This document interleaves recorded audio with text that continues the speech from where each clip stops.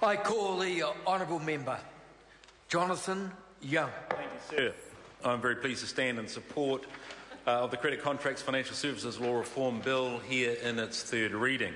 I'd like to acknowledge Minister Craig Foss for his work, as well as Minister Simon Power at the time, and also my colleague Sam Lauta-Inga, who has put considerable effort into this legislation as well, sir. We understand that the availability of credit is a very important thing for our economy, both for businesses and for consumers. It's fundamental to the sound operation of a modern economy. And so credit law is very important.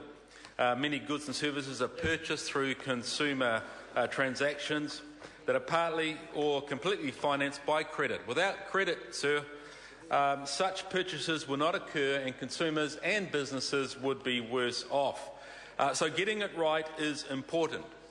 So we understand that in the world of credit finance, there are three essential tiers of operators. Firstly, there are the registered banks. Secondly, there are lenders, including building societies, credit unions, the Public Service Investment Society and other deposit-taking financial institutions.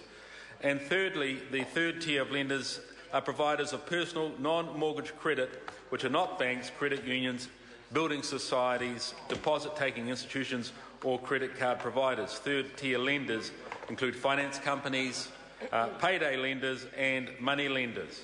Third-tier lenders operate in a market where it's easier to engage in practices that potentially take advantage of vulnerable consumers, because many of the borrowers have lower levels of financial literacy or have low incomes and cannot access affordable credit. And sir, because of this occurrence, this bill has come into being. So when people have to work hard to pay their bills, put food on the table and provide for their families, it's unacceptable that they're taken advantage by people who we call loan sharks. You borrow $1,000, you can't pay it back. The lender says they can take anything in your house to pay the loan, including toys and beds and even things that don't belong to you. That's wrong, sir. You get sick, you lose your job, or your partner, or you can't pay back the loan company won't reduce payments. So you face hardship, and it's hard yakka for many people. Or your relative is the guarantor for your car loan, but no one explains that this means your relative will have to pay back the loan if you don't make the payments. Sir, we saw in our committee one of the documents of a car purchase from a South Auckland car firm, a motor retailer.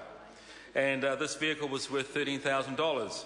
But added to that were loan fees, credit fees, insurance, interest, and interest that was at a particularly high level because this was a third-tier loan.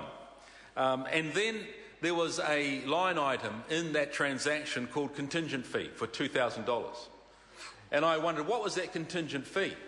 That was the fee just in case anything went wrong. And so you would think that if there was a high-risk loan, that, of course, the work would be done to ensure that the person who was going to borrow the money would be able to afford to pay it back, or certainly if it was a high-risk loan, that the interest rates would reflect that for the lender. But then to just have $2,000 added to the transaction in case of. So that seems wrong. And that seems to be an unreasonable fee that we felt as we looked at this bill.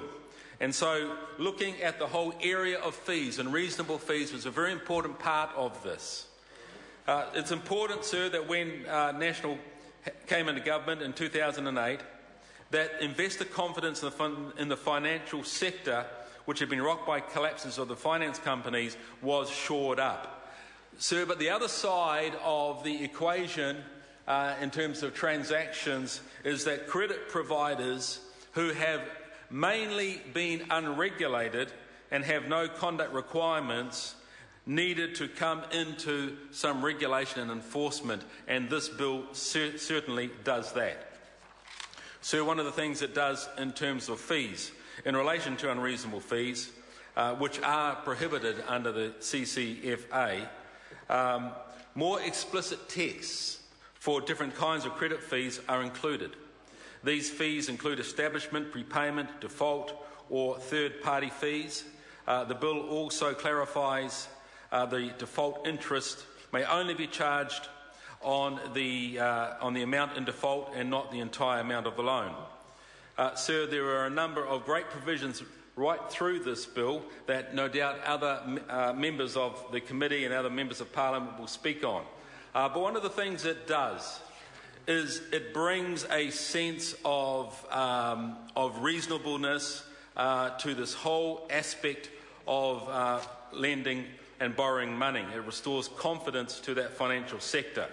And, sir, that's a very important thing indeed, because we want to have lenders acting responsibly, consumers who have the information they need to make informed decisions, and there are serious consequences for those who breach this law. And I believe, sir, that New Zealand is going to be better off, our economy is going to be better off, and people who borrow money are going to be better off in terms of what this piece of legislation will offer them. I'm very pleased to commend this bill to the House. Mr. Speaker. I call the honourable member, Lewissa Wall. Tēnā koe, talofa lava. Talofa lava.